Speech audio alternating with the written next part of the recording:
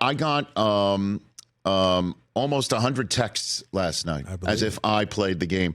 But, you know, and I think it's just because I wear my school on my sleeve and what it means to me.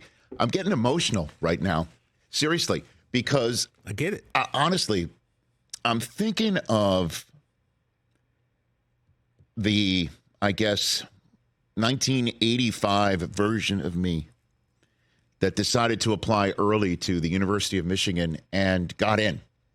And I found out, you know, in mid-December, I'm in. And I'm going to go to Ann Arbor, Michigan in 1986 from New York City and Staten Island, New York. And I remember going to the basement of my house where the collective, where we could all watch, all four of us, my brother and my mom and dad and me, the color TV in the house. And I remember turning on the Fiesta Bowl just to see what this Michigan football thing's all about. It was the first Michigan football game I watched from start to finish against Tom Osborne's Nebraska Cornhuskers, and Bo Schembechler's Wolverines won the game.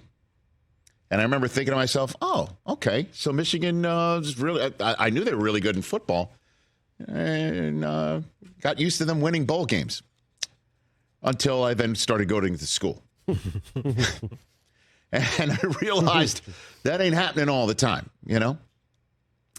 But I remember going to school there and sensing, going to the big house for the first time, how big this was, being amongst 100,000 people singing the same fight song. And again, I understand everybody has their own college experiences. And so hopefully what I'm saying, you know, speaks to you as well. If you've had, you know, a college experience with a big time football program, and there's many across this football loving nation of ours.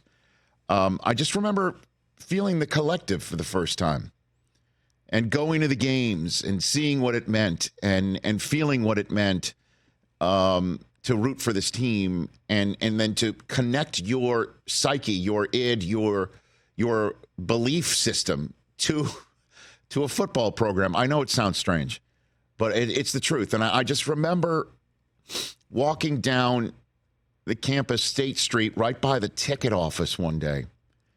And I've told this story before, but I'll just say it again. Out hopped two guys from the car, one in which made the car get up higher than what it was when it was parked. Jumbo Elliott was one, and the other was Jim Harbaugh. And I remember being starstruck to see the quarterback of the Michigan football program right in front of me. There he is. There he is, the guy who is our quarterback in my first season of loving Michigan football. I remember that feeling too, man. Right? Seeing Donovan McNabb drive by it in his car, I was like, there he is. There he is. Like, you didn't think it was real, that they are actually a student like you. Like you. Right. Yeah. And I remember seeing that. And the fact that guy is now the coach of the national champion Michigan Wolverines. I'm serious. I'm getting emotional because I remember being on campus watching homecoming and seeing alumni return. And I honestly thought for the first time to myself, you know, it's pretty cool that they come back to campus, that it means so much when they're later in life. Other part of me was like, why does it mean so much to these old guys? You know, I'm a 18, 19-year-old kid on a college campus. And now I'm one of those guys. That's the beauty of sports. I'm going deep, guys.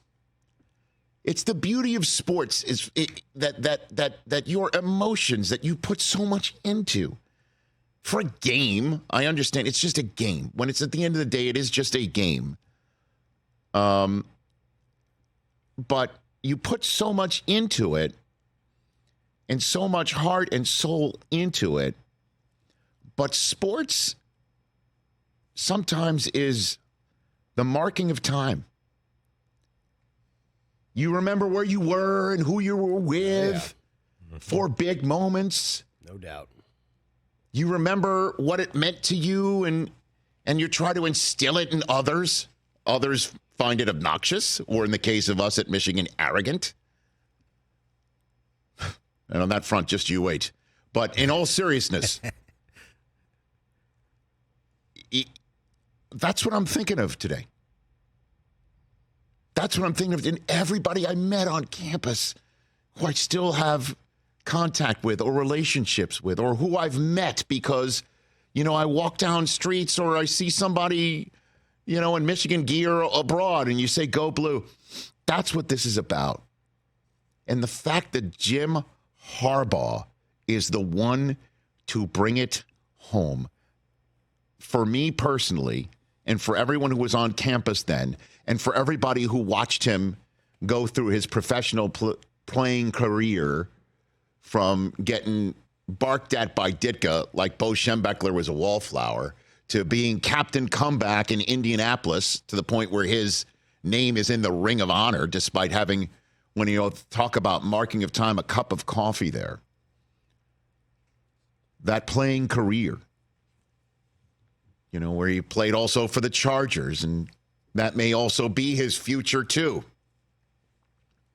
Bringing that program to the prominence you hope. And then for him to build what he has built after the first several years there seemed to be a wheel-spinning venture for him.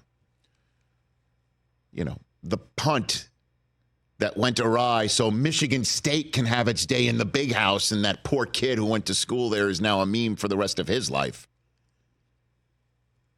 That's gone, as far as I'm concerned. The struggles against Urban, they existed. That's gone. Everything. All the struggles. The proverbial, no one can take it away from you, and there will be some. But Harbaugh has accomplished the mission when he came back to Michigan. I cannot believe I woke up today a national champion in football. And the guy who did it is the guy who I was awestruck by when I was a freshman in college. At 18 years old. I cannot believe it. As a 54-year-old man, he's now 60. Michigan has over 1,000 wins in its lifetime now. Marking of time. And I'll never forget this year. And what Michigan's able to accomplish with a quarterback who is in Harbaugh's mold and making. Harbaugh being the spirit animal for J.J. McCarthy, and Blake Corum blowing his knee out and losing an opportunity to a Heisman Trophy and an opportunity to take Michigan to a national championship game last year. Michigan falling short there. That's gone. Falling short, way short against Georgia. That's gone. All that's there is that national championship flag that will be flying above the big house forever more, and Jim Harbaugh's the one who brought it back. And for that, I am eternally grateful. This is truly the greatest sports experience I've had in my life, and I'm a diehard Yankee fan. And that's how crazy life is. I grew up in Staten Island, New York. I never thought I'd set foot in the state of Michigan in my entire life. Never. What was it that made you want to go there? You never. Actually, it was The Big Chill, was the movie that came out in the early 80s about Michigan graduates all coming back together for the death of for a funeral of one of their classmates, who was played by Kevin Costner and got cut out of the movie, by the way. And, there was a big Motown soundtrack to it, and Michigan became a hot school because of it. My parents saw the Today Show one day. Jane Pauley and Bryant Gumbel were on the Today Show. One of them was at Michigan. One of them was at, I think, Brown or Princeton, an Ivy League. And my mom was like, so there's an Ivy League school potentially in the state of Michigan. And somebody down the street went there. So I went to a symposium just to say, okay, Mom, Dad, I'll do what you want for this one moment. And I fell in love with the people who were there. They felt natural. And I went to the school. A foot of snow fell. I walked in the big house on a tour, fell in love with the place. It was over. Never thought I would set foot in there. Never thought I would know a thing about the culture of the great state of Michigan and the people from it. And now here I am, a 54-year-old dude, wanting to know if I can go find enough time to go back for a parade on my campus and be one of those alums that the young kids look at and go, I mean, you should do that. I'm honestly thinking about it. So I know fun. but I'm like, again, for the radio audience, I'm tearing up right now because it's the marking of time. And that's how much this means to me. And how you never know how life will turn and take you to places where stuff will mean so much. And that's what this means to me. And go blue to everybody out there for whom it means that much too as well. And there's millions of us. Millions. Because 97, we had to split the championship with Nebraska, that team that I watched Michigan beat in the first game I ever watched from start to finish about the maize and blue. And, Charles Woodson came on the show and said, hey, if this team wins the national championship, they're better than us. And who's got it better than them? Nobody. Catch the Rich Eisen Show every single day on the Roku channel, 12 to 3 Eastern, for free.